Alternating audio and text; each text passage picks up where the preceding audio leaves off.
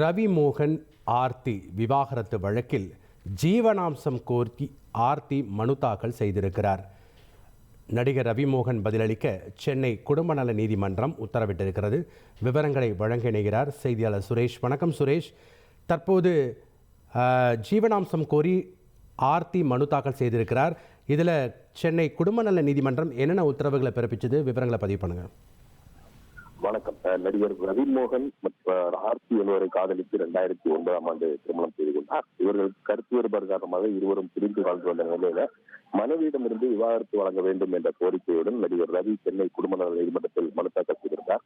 இந்த மனுவை விசாரித்த குடும்ப நல நீதிமன்றம் சமரச தீர்வு மையத்தில் பேச்சுவார்த்தை நடத்தி தீர்வு காண உத்தரவிட்டிருந்தது. அதன்படி நடிகர் ரவி மோகன் மற்றும் ஆர்த்தி ஆகிய இருவரும் சமரச தீர்வு மையத்தில் ஆஜராகி பேச்சுவார்த்தை நடத்தப்பட்டு வந்தது.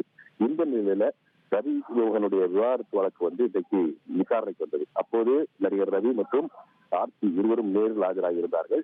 ஆர்த்தியிடமிருந்து விவாகரத்து கேட்பதற்கான காரணங்களை விளக்கி நடிகர் ரவி மோகன் தரப்புல மனு தாக்கல் செய்யப்பட்டது. அதே போல ஆர்த்தி தரப்புல ஜீவனாம்சம் கேட்டு மனு தாக்கல் செய்யப்பட்டது. அந்த மனுவில் மாதம் 40 லட்சம் ரூபாய் ஜீவனாம்சம் வழங்க வேண்டும் என்ற ஒரு கோரிக்கையானது முன்வைக்கப்பட்டிருக்கிறது.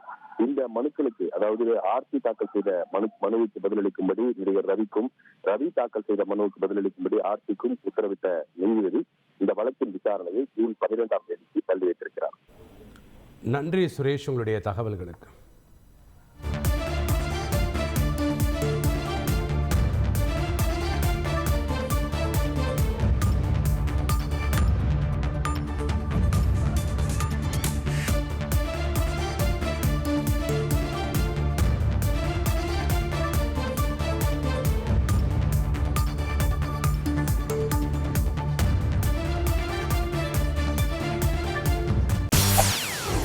செய்திகளை உடனுக்குடன் தெரிந்து கொள்ள உடனே சப்ஸ்கிரைப் பண்ணுங்க.